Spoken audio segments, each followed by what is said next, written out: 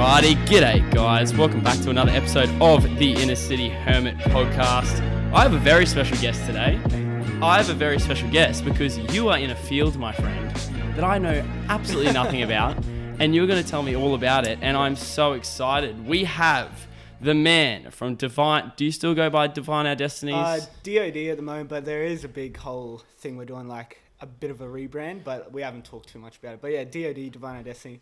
Brilliant. We have the man himself, KAITAI. What's going on, brother? Nothing much as you can do it during, This a virus, time? a pandemic. Yeah, man. Like it's a pretty fucked time for most people, especially people in your sort of field. So you're obviously like a performing artist and a singer, dancer. You're a jack of all trades. I try to be. Yeah, try to be. Well, sometimes when I have a couple beers, I try to be a singer and a dancer myself. Probably not as good as you. I'd love to see it. But yeah, man, like it's obviously a pretty crazy time for people in your industry. I think before we sort of dive into it, like what's everything been like for you? Obviously, you can't really perform. Yeah. How's it thing? It's interesting because like even in times where it's like I haven't been able to perform before, you start getting into this like I don't want to say depression because it's obviously a sensitive subject, but like being through this, you face a lot of performers would know it right now too. I've been reading a lot of stuff about the entertainment industry, especially in Queensland, is like because a lot of creatives are already in a weird mental space anyway. A lot of people who are into like arts and music and all that, so it's interesting having to just sit with your own thoughts and like without performing usually I get a bit like down and just like what am I doing, like rah. But now it's like completely haven't performed since maybe March. That's crazy. Was the last time I was on stage, and like we have a residency at like East Street North Shore. Main Street. Yeah. We're usually on the main stage like nearly every weekend. So we've gone from like every weekend to just nothing. Far out, man. And like I think we sort of just spoke about it before because we have obviously similar podcasts that we listen to, Bad Friends, Your Mum's House, and obviously the comedians, like we're hearing a lot about them, and you're sort of in the same sort of realm as like a performer, unique crowds. Like I could imagine even with you, it's all good. You can lean on the table, bro. I could imagine too that you need that crowd. You could do like as many videos as you want, but the whole reason you became what you became is because you love the crowds. Like far out. Well, like I've been watching so many comedians and that lately because there's so many parallels between like the industry, because it's all entertainment in the end. Like some musicians and the music industry, especially the scene here, doesn't always cross over to entertainment because some rappers or like artists won't do a show until they really pop off. But like my group started as a dance crew, so it's like we went from only performing and then into music, but we've always, by that point, we had enough resources to sort of be performing all the time. And it's so interesting because all the comedians, they're in that lane where it's like now they don't get to do stand-up for however long. And it's so interesting because like all I've been doing is pretty much just making music now, but it's good because then I get to hone in on now that because I started as a dancer into music. So it's like I had like about 7 years worth of practicing just dance, and then now for the last 3 years been doing music. I haven't had as much time to hone that craft. So now I just get to zero in, so that's pretty good. So I guess it's almost like, I guess it's all mindset really. Like, you could look at it and be like, fuck, well, this sucks, everything sucks. But I guess it's good that you've sort of taken the time to like smash out the music stuff. How did you started as a dancer, as like you started with the boys from DOD as a dance crew. What was sort of that moment where like you obviously built up a following there? How did you sort of transfer into that music realm? It's actually such like a full circle type of thing because me and Raf, we grew up together in like a little town called Billawilla. Like I know Billawilla. You do, yeah. Or like we grew up together there till I was about 16, I think, and that's when I moved to Brisbane. So we grew up there, just sort of dancing together. And I think the reason we started dancing is we seen Justice Crew win Australia's Got Talent. 2010. We're like, holy crap! Like, you can actually like do this as a job kind of thing, and like we were like loosely into it, but that's when we started going like serious, and then started like learning, and we started even teaching like a year into it. I don't know why. That's cool like, though, man. Yeah, it's like I always find if you want to teach something, it shows you're passionate about well, it. yeah, you know what I mean? Well, I've been teaching for probably the same amount of time. Like I still teach classes now. I just don't sort of broadcast them. It's its own little thing on the side that just if kids want to come learn and stuff like that, they're pretty. Sick, man. They're going off. Obviously not now, but yeah, they just were another thing we can add to the list. But yeah, we seen Just Crew win, and then we're doing it for a while, and then like a few years later, they had a competition called Junior Justice Crew. Okay. Where it was they just like you send in a video, and then if you make it to finals, you get to go perform with them, kind of thing, as like a comp, and then they were going to choose 7 kids from all around Australia to be Junior Justice Crew. So how old were you when you were doing that? Probably like 13, no, probably 14. Wow, so you got proper young, yeah, like really like young. young. Oh, wow. It was like I was like maybe like 3 years into dancing. Me and Raf, we sent in a video together. Yeah. Like made a video. I think it's still on YouTube, but don't go look at that, please. But we sent that in, and then straight away they hit us up, or like their team hit us up and was like, said we made it to finals, but it was in Brisbane, and we had never been to Brisbane before. Yeah. We're like from a little town, so we drove. Like our parents just drove us. What is that? It's like 8-hour drive, yeah, something like that. It's a fair trek, man. Yeah, I've done it a few times now, but like they drove us, and we got here. It was at Westfield Garden City in the car park. They set up a stage and everything. Dude, you want to know something really funny? I'm 90% sure I actually remember that event. Like I wasn't a part of it, but I remember it being there. Yeah, like it seemed to be a big talk because we were walking through the shopping center before it happened. There were signs everywhere. All the workers are like, "Oh, are you going to watch the thing later on?" And we're like, "Oh, we're in it." And you know, we thought we were yeah, because I used to be a bit of a Garden City rat back in the day when I was in school. So I used to hang around the shop. So I like if something like that would usually happen, we'd usually hear about it. So that's wild. And then well, we just went there and like we each got like there was like another like 10. Like, or maybe less than that, around 10 kids there who made it as well. So they had like finals for each state, and then they'd pick one person from each state. So we each like, you just did like a 30-second solo or something to one of their songs, and then they performed after, and we met them briefly and talked to them. But then the interesting thing about that is then after that competition, we started our group because we're just like, oh well, we didn't make it in. Yeah. So. We didn't make it in, so we're like, let's make a group of the kids who didn't make it in. That's awesome. So me, Raf, and this one other guy who made it, we like started Divine Our Destiny as like a thing of like just an online community. Yeah. And then everyone would just send videos together, would edit it all together, put it up on YouTube. And this was like before Instagram was big. Yeah, this was when it was. Yeah, there wasn't like Instagram maybe just been a thing. Yeah. So like we'd put up videos, stuff like that. And then eventually it weaned down to 5 of us in Rockhampton. Yeah. Me and Raph went from there, but it's like an hour-and-a-half trip. We'd always make the trip. We did like a competition. We did like just a few shows here and there. But then when I moved to Brisbane, the only one who really, I guess it sort of showed who wanted it. Because Raph, the one that I grew up with, he would then make the trip from Billow to Brisbane all the time for like shows I was setting up there. So then I was going to school, grade 11, met the other 2. So there's 4 of us. Like this is like the main group, and all the others before it was like always changing. Yeah. But I met the other 2 and asked one of them, Keithan, we had like a music festival sort of approach us. Yeah. Just as like to hop in it was called Neon Run. Yeah. I think it was in Gold Coast, the first one. And they wanted us to be in like light up neon suits and stuff and just dance on stage, like 3 of us. Yeah. So I asked him, and then Raf came for the trip, went there. It was like in front of like 5,000 people. It was like our biggest audience to date. Yeah. And then, but I made the deal with him. I was trying to be smart then by like, we didn't want, because the suits were like full masks, so you couldn't see who we were. You wanted to know who you were. Yeah. Like, so I said, we'll do that set, but after, can we do one just us? Like, go out there, do whatever. And they're like, yeah, whatever. And it was like, they paid like, I think $1,000 for the whole night, which was massive. Man, to do what you love. Yeah. Like, and we were just like, holy crap, let's just go hard.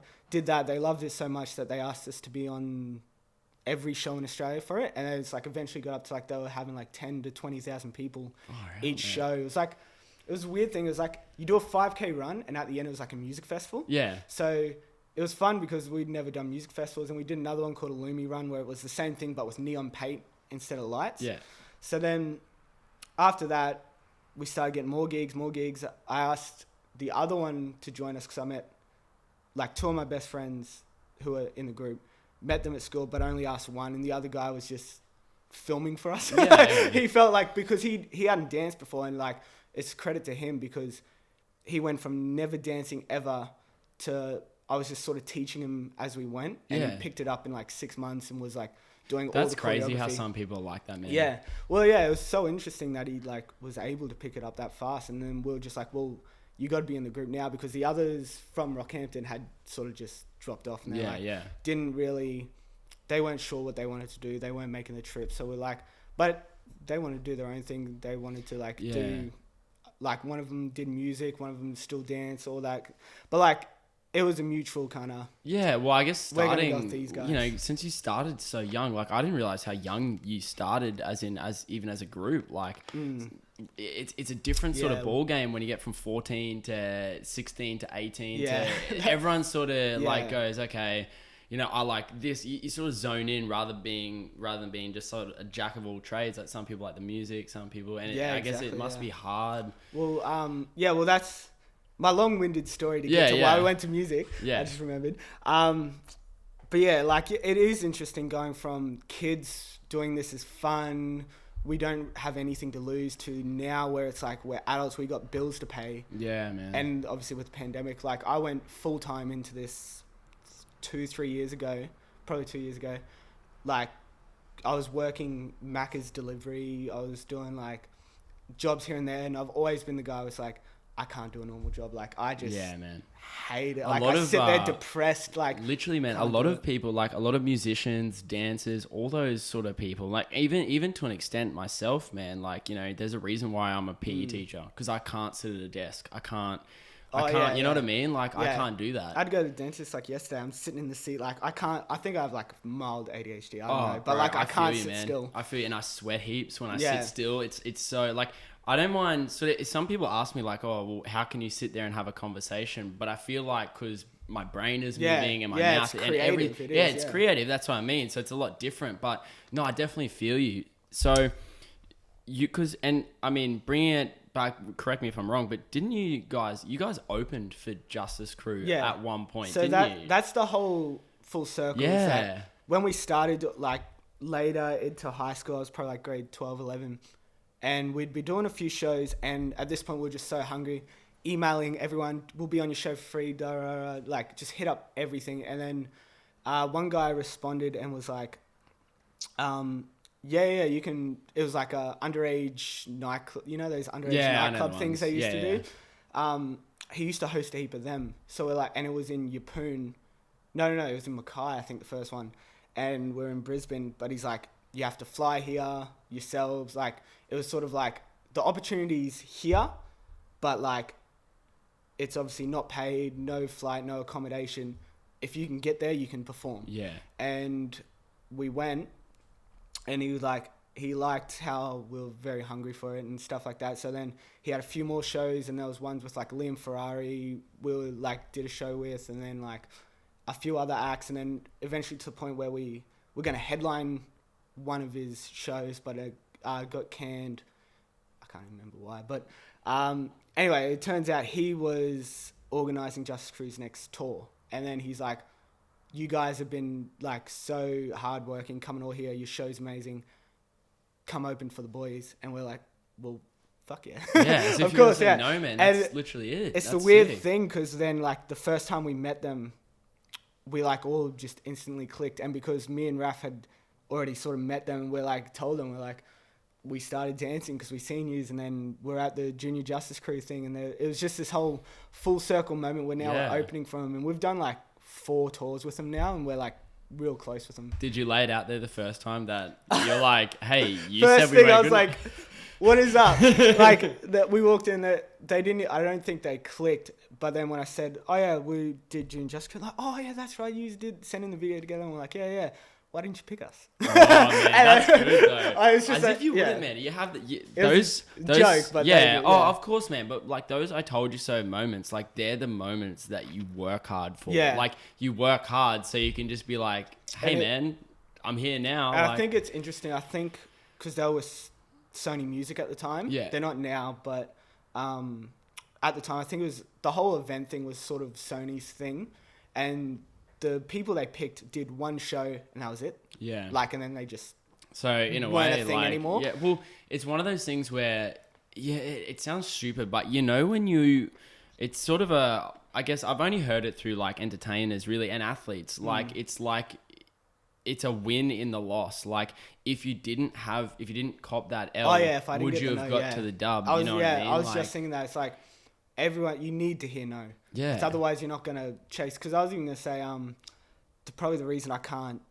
do a normal job like I hate it is because so young I was performing in front of thousands of people. It set my mind to like, well, this is all I'm going to do now for the rest of my life. This is what I want. Yeah, it is. And it's like an adrenaline hit. It's like there's no other feeling like it. So it's like, and then you're sitting at the front of Macca's just, here you go. Yeah, it's like, you sort of get that you don't monotonous, want to, you don't want to, like, you want to be on stage all the time. So it's like, I think it sort of hindered me in the fact that I got this high, and then it's like I'm trying to just always surpass it. But if I didn't get that no from Just Crew originally, I wouldn't have toured with them later. Yeah, because I wouldn't have wanted to put together another group. I wouldn't have wanted to do this. And it's wild. But like I said, man, it's awesome. And I guess the fact that you can like hear no and go, okay, like I mean, there's one video you might know. Like, do you know Jocko Willink at all?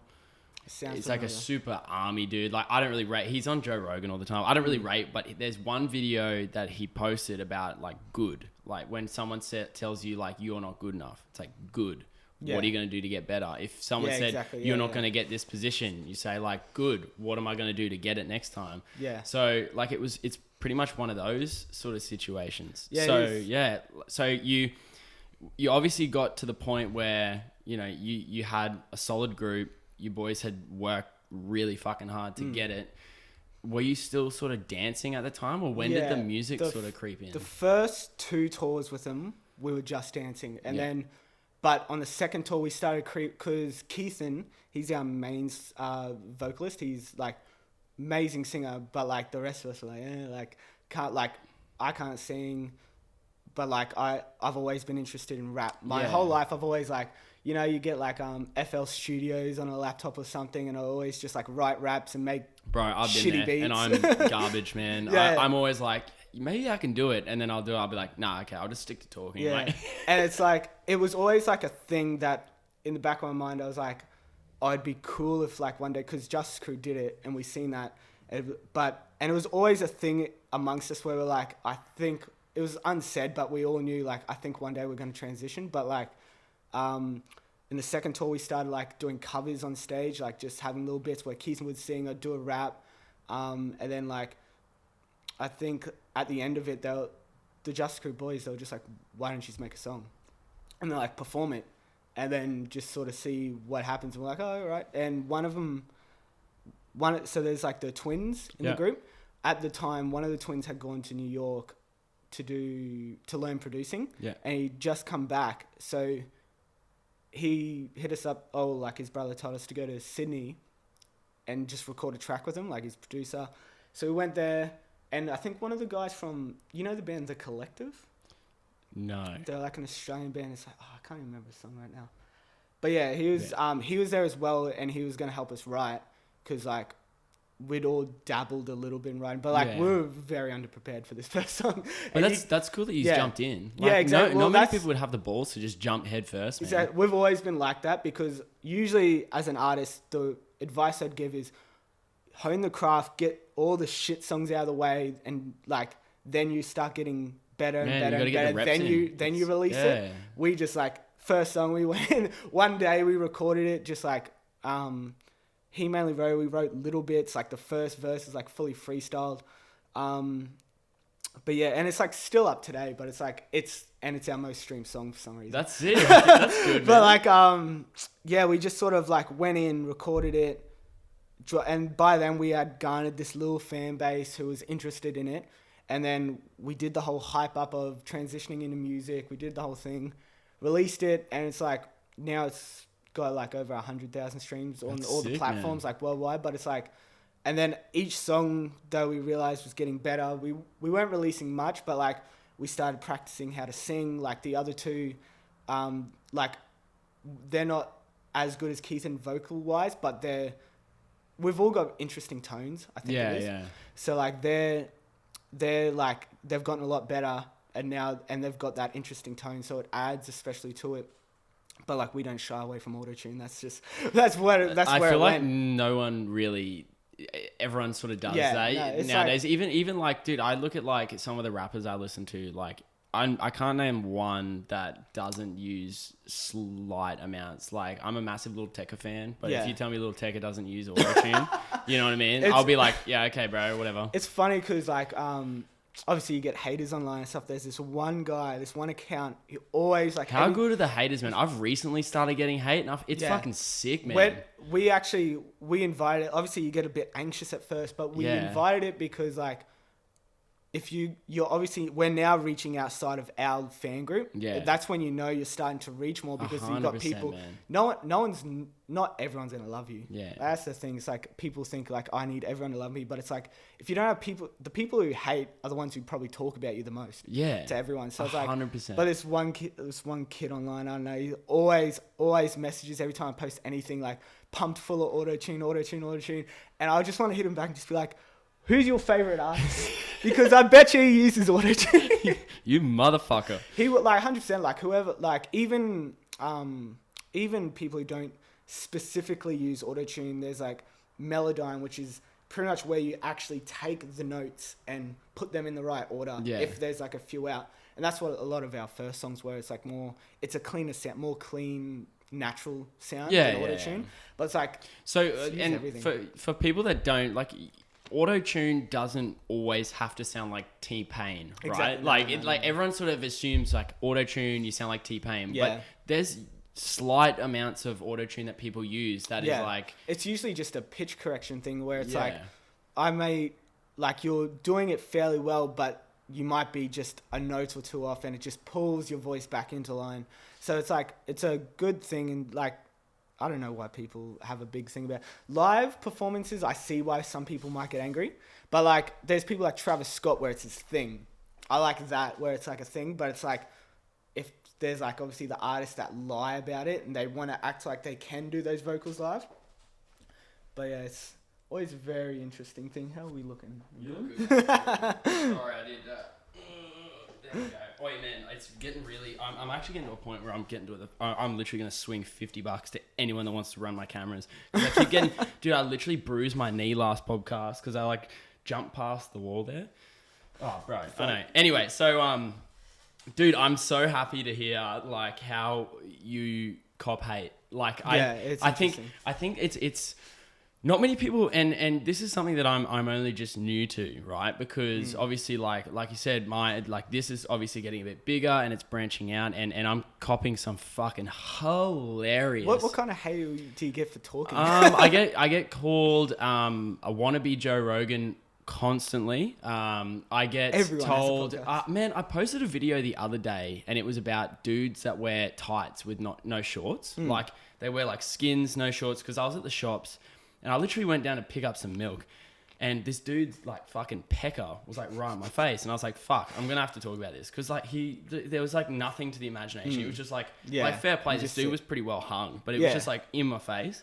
And anyway, this dude like hit me up. Like being like, why are you looking at dudes' dicks for? And then he like said faggot. And I was like, okay. Whoa. Yeah, bro. I was like, what the fuck? And firstly, even if you're looking at someone's dick, who cares? Yeah, Jesus Christ, man. And to be fair, I did have a fucking cheeky look at the dude's dick. He had a fucking massive hole. Good on him. But I was like, Like that dude literally was so angry because I told people not to wear or as a joke to wear tights, and I was like, this is fucking hilarious. So yeah, granted, we don't want to see dicks in public, but bro. But anyway, I found it like I guess it's that pivotal moment where you're like, holy shit, I can cop this, man. Yeah. Like this is hilarious. Yeah, as long as you got the mindset to go like, all right, it's just either ignorant people, like, because like Margaret, we're 4 young guys singing and dancing on stage. We're going to have most guys hate us. Yeah.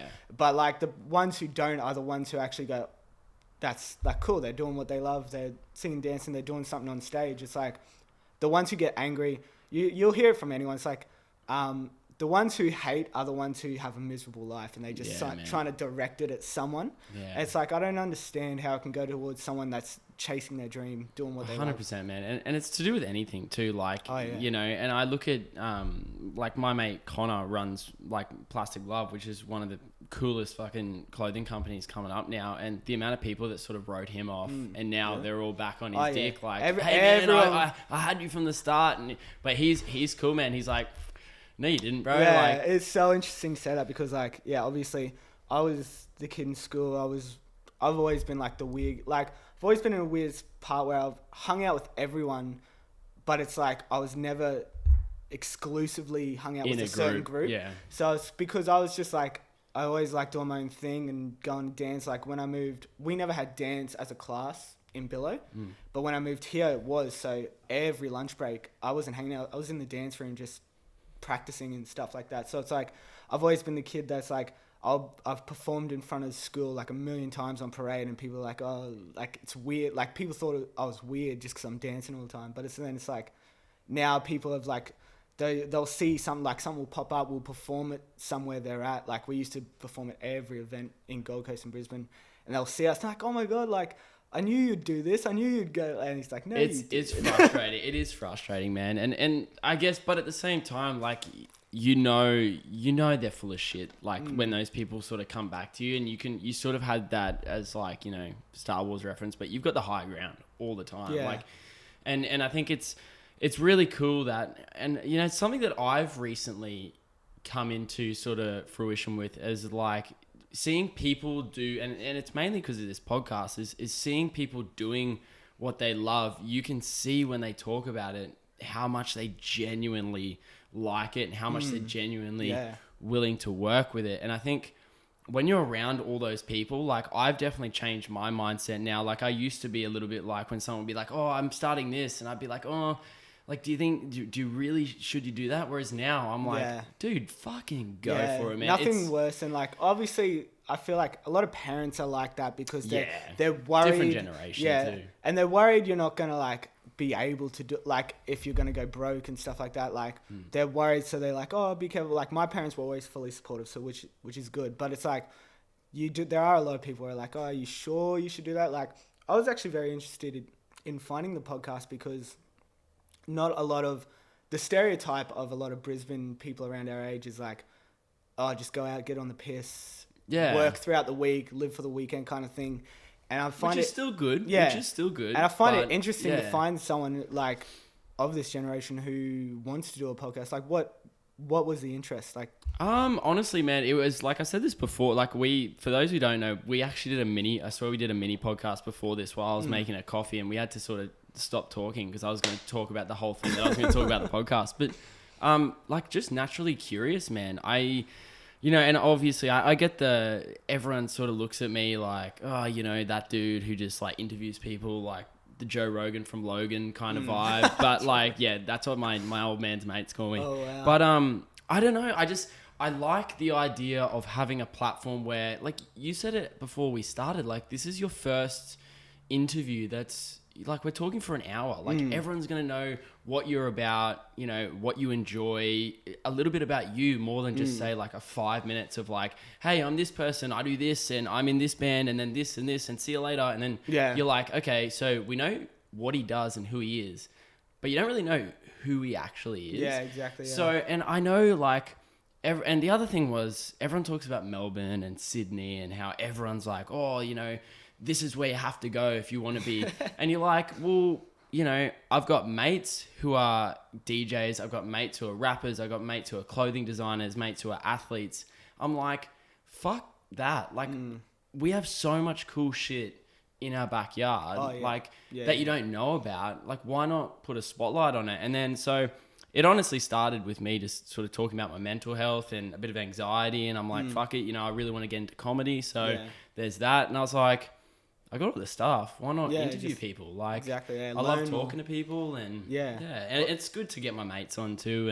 And then, like, even meeting people like yourself, like, we'd walk past each other in the street. You'd probably look at me, I'd look at you, say, "G'day, mate," and that's about it. Yeah. Whereas, like, you get a hour conversation with someone you don't know. Exactly, like, and now you get to know that person. Exactly, man. Like, I've met so many mates. Like, I had Nathan Hibbert on, who's an old YouTuber, but he's also a Pokemon card collector. I mean, I think I probably hit him up once a day, just talking to him. Or Connor, Plastic Love, like, I knew him beforehand, but now I would consider him like a really good mate of mine. And all those sort of things is like, that's what does it for me. Yeah. It's the best, man. And I think, people like you coming on just make it like worth it. It's like, shit, this is sick. This is someone new. This is something I'm going to come out of this knowing more about an industry that I realistically had no idea about, which is really cool. Yeah. Like I said before, like, I eventually want to do a podcast, but it's such an interesting thing because there's so many different content things we're doing. Like, right now, we're getting ready to film like 3 music videos because, like I said, I think before we started, it's like we've gone up and down as a group. It's like now, because we got to a point where it was like we're getting all this traction. We've released a few songs. They're getting good streams, released music videos, but then we started like going like, but who are we as a group? Like, we started not, I think, and like how I said, like the tour manager of Just Crew and Timbermatic, that's why we did that after, is like, was very like, what is your sound though? Like, we're just making sort of generic pop music kind of thing, and like not doing, and like I'm into all styles of music, like pop, hip hop, everything, but it's like we're trying to find our sound, and we started sort of finding it, but we thought, all right, let's just sort of disappear for a while. It's been like, I think we'd started our hiatus like end of last year or start of this year.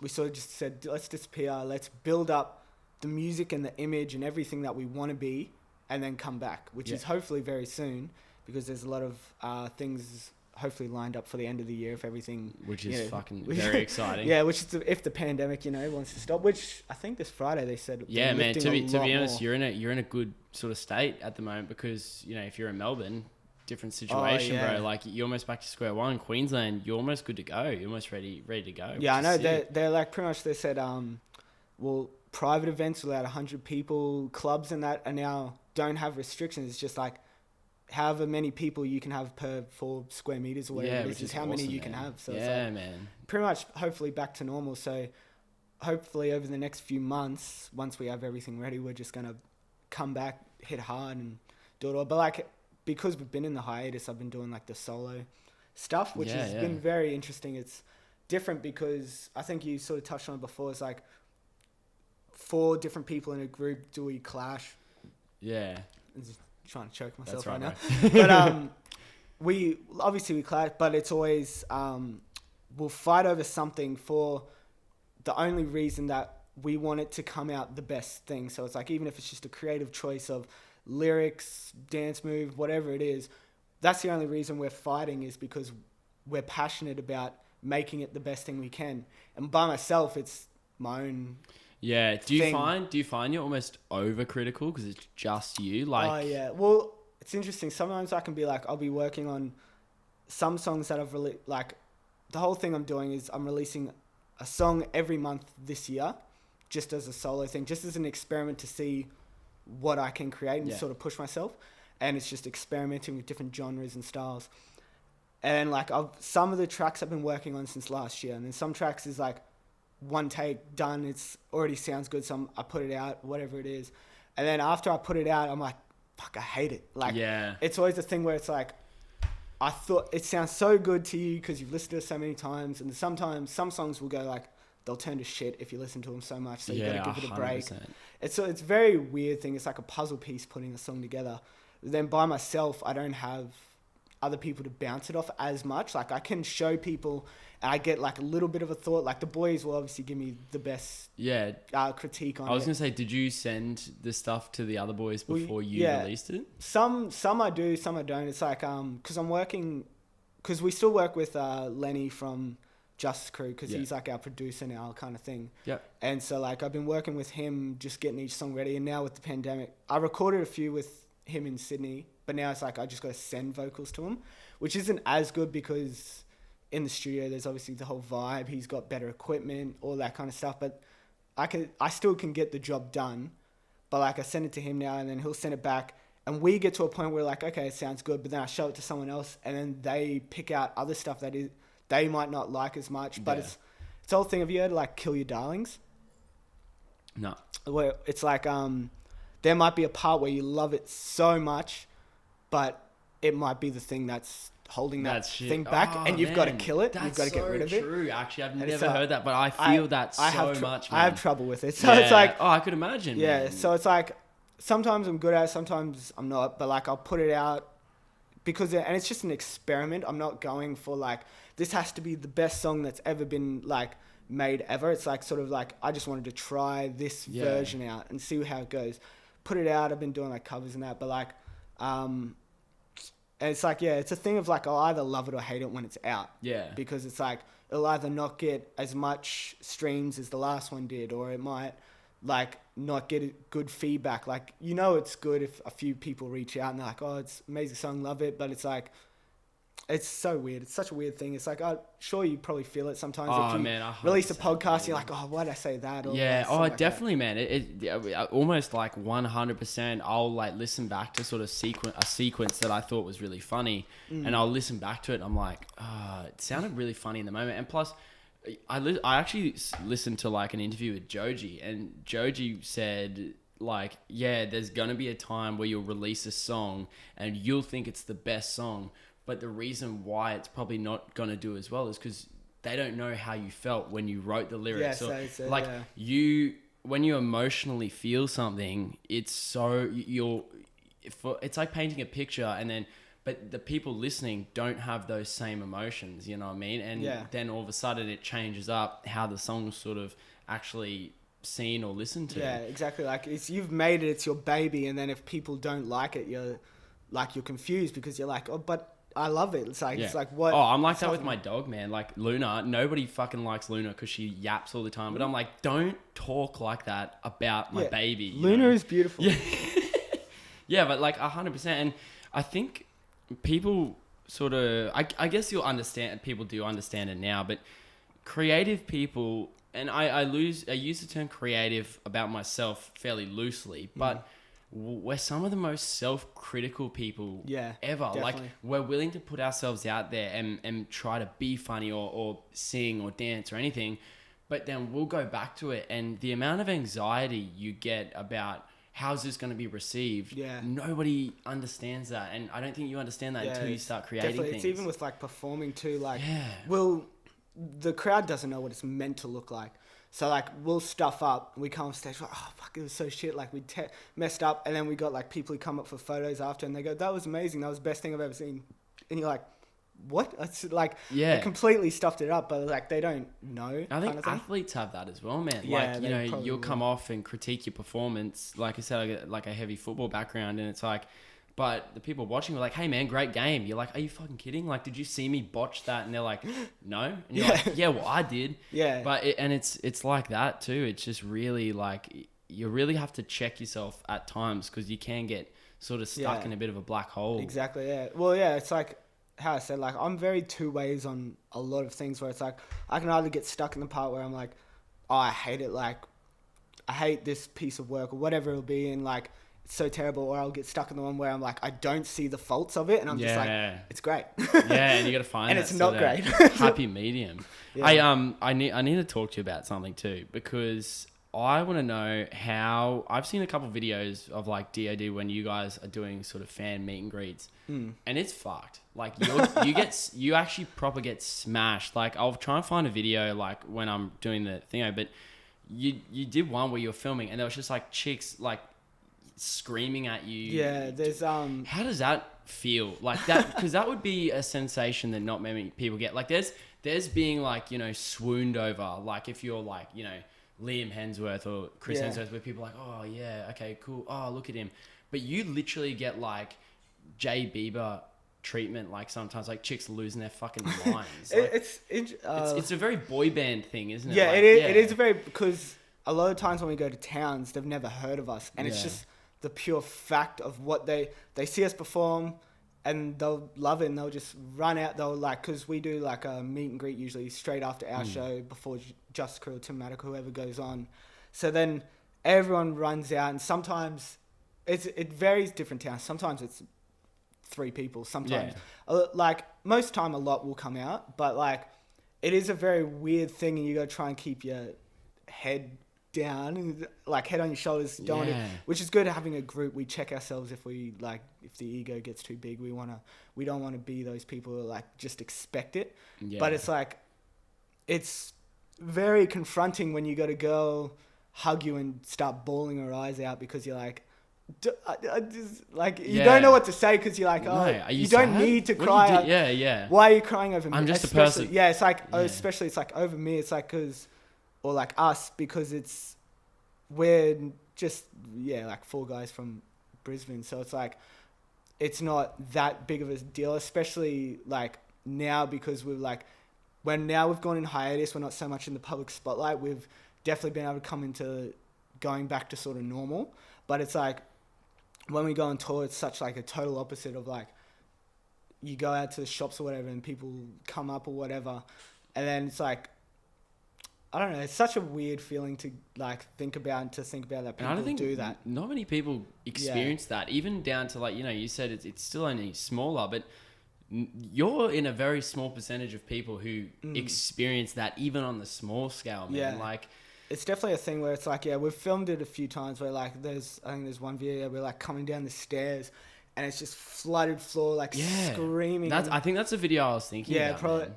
And then it's like, you see that, it's like, whoa, like, why are they like that? And then maybe like 50% of them will follow us, and then maybe like 30% will keep following on.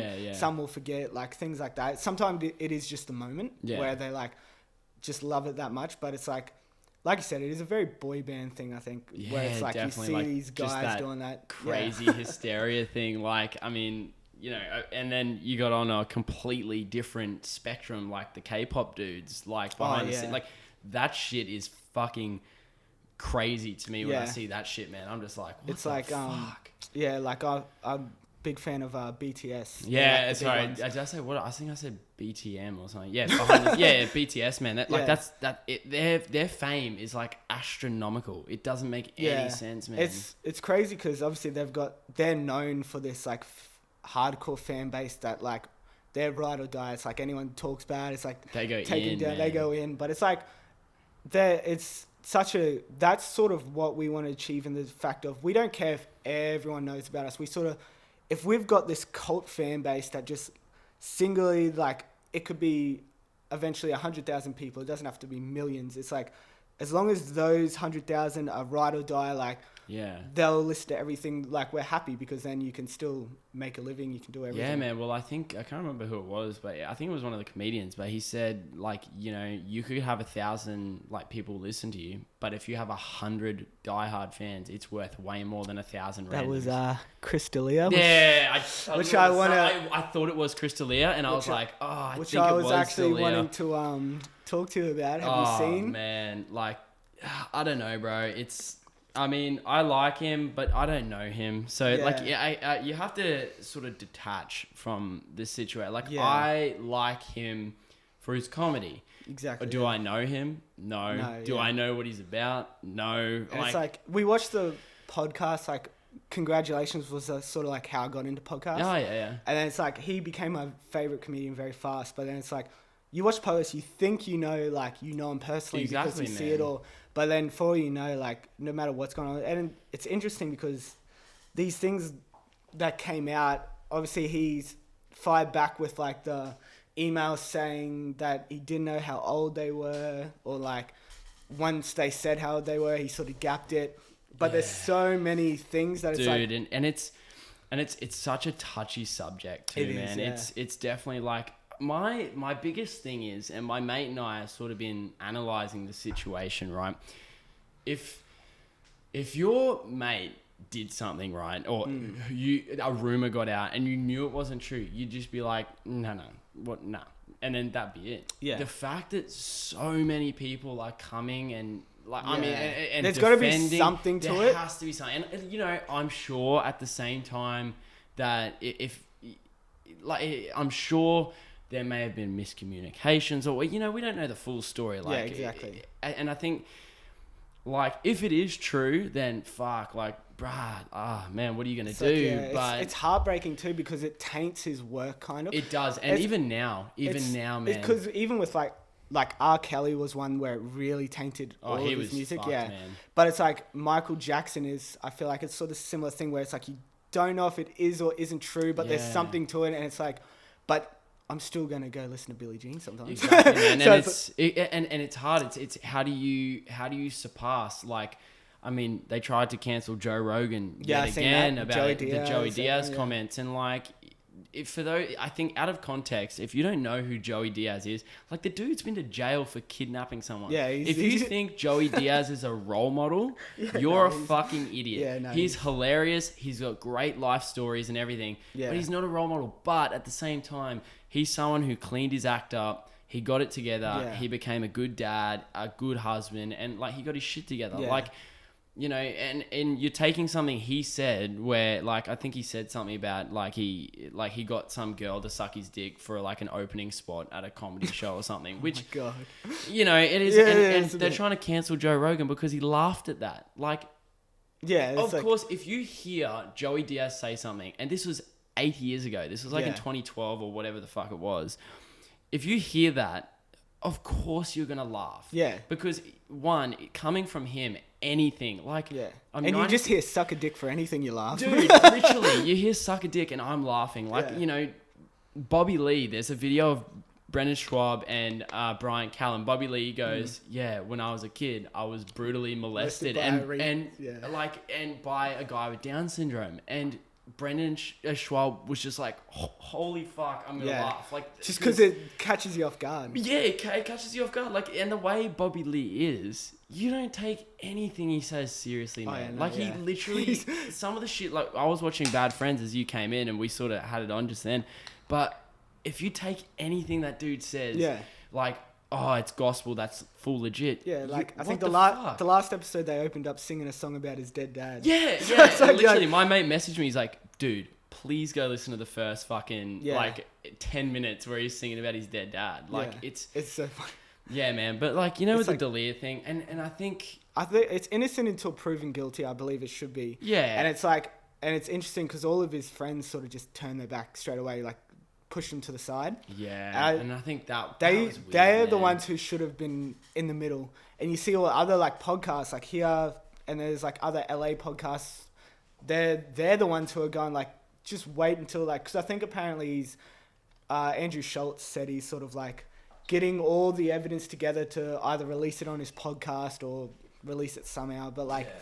And, well, dude, Schultz is the man at the moment. Like, I can't name... skyrocketed up the list. I'm honestly, like, everything he's doing, like, he is the man at marketing himself online. I'm actually, like, halfway through.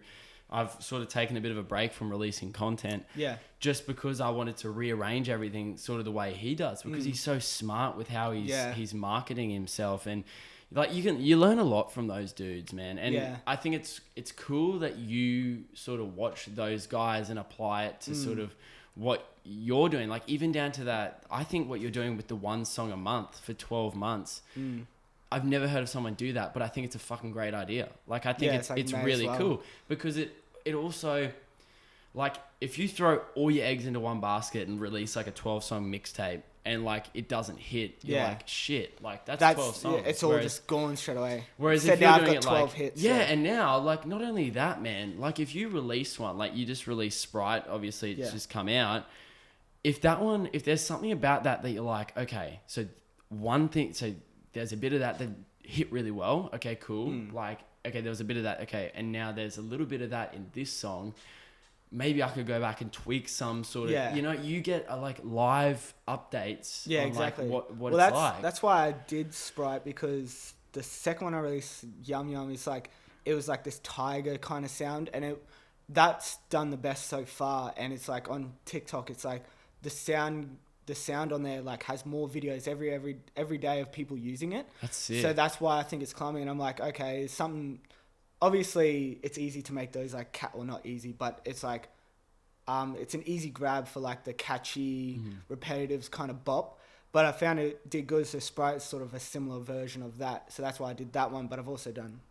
Yeah, well, you know, even in that, man, how many musicians now are pretty much marketing their music on TikTok? Like, it's everyone, fucking wild, man. Like Doja Cat. Like, if you go into Spotify and look up the top 100 songs, guarantee you 60% of those are all like in a way, like I was kind of mad because there's a artist on there called Love Sad Kid. I love Love Sad Kid. He's like a poetic rapper that raps over like lo-fi.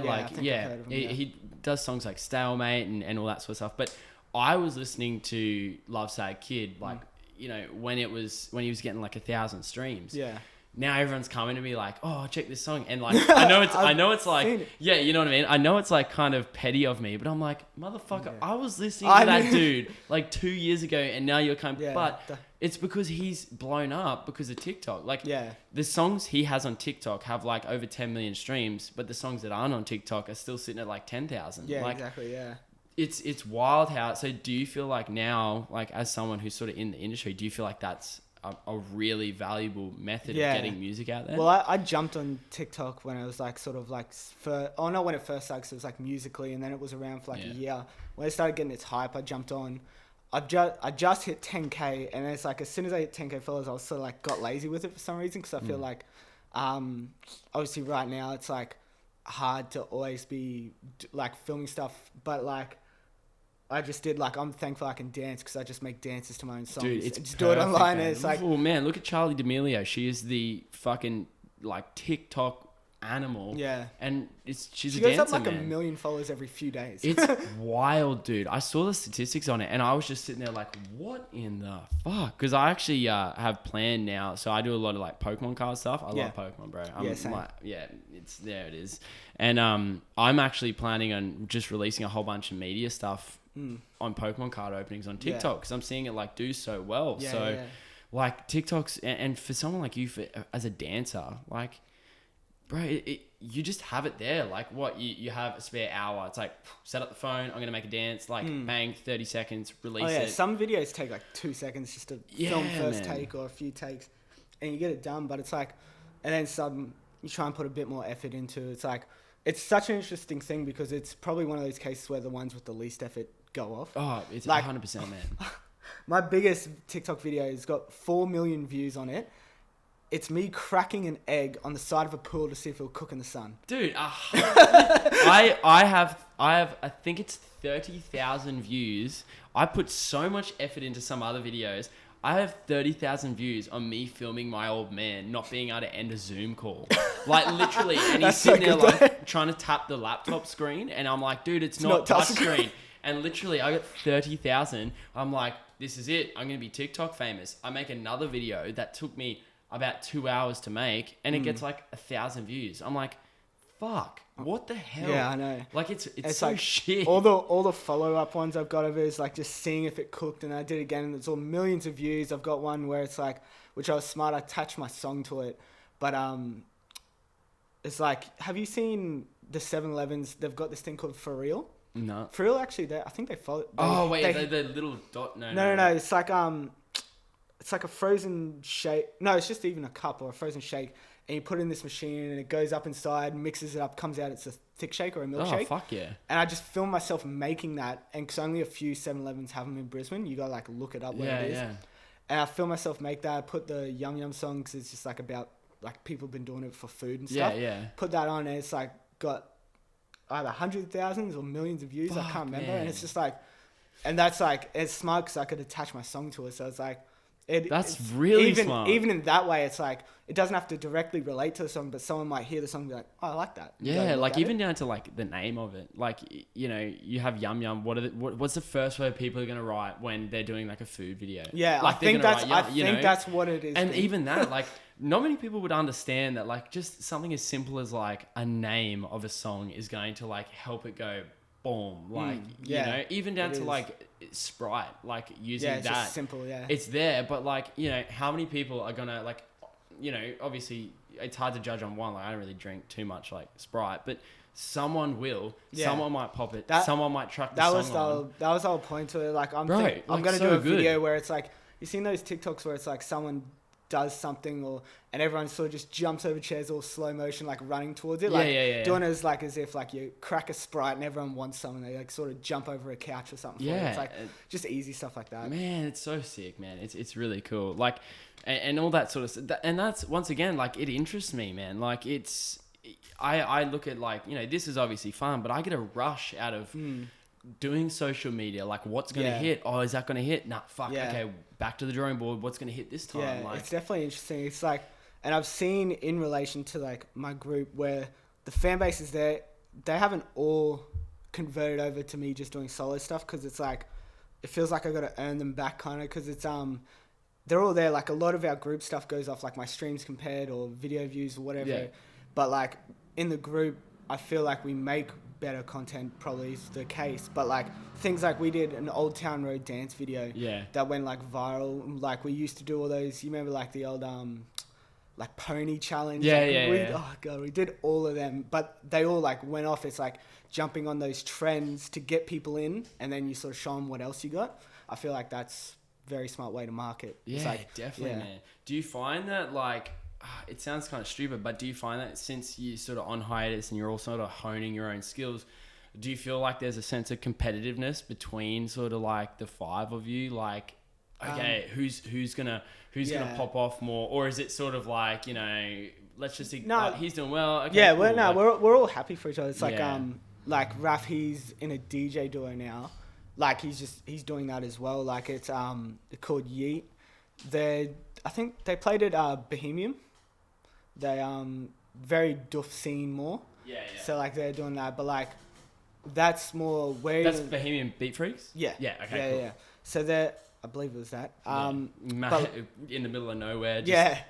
Well, I've been meaning to go to Duff. The boys love like Duffs and festivals and that, and I've been sort of just like zeroed in my own thing in the moment. But like, I want to get, like, when they all come back, we're aiming to perform at all the festivals next year. Yeah, we're talking to a few just before everything hit, and then that all sort of just fell to the wayside. Yeah, but like, it's rough. You feel like you have to almost hold on to those conversations. You're like, okay, pause this conversation. We're going to bring it back when everything's back. And you're sort of just waiting for that. Exactly. Because like, even with like our rebrand, where I don't think we've announced this anyway, but we're going to be changing our name. So it's like, you heard it here first. Yeah.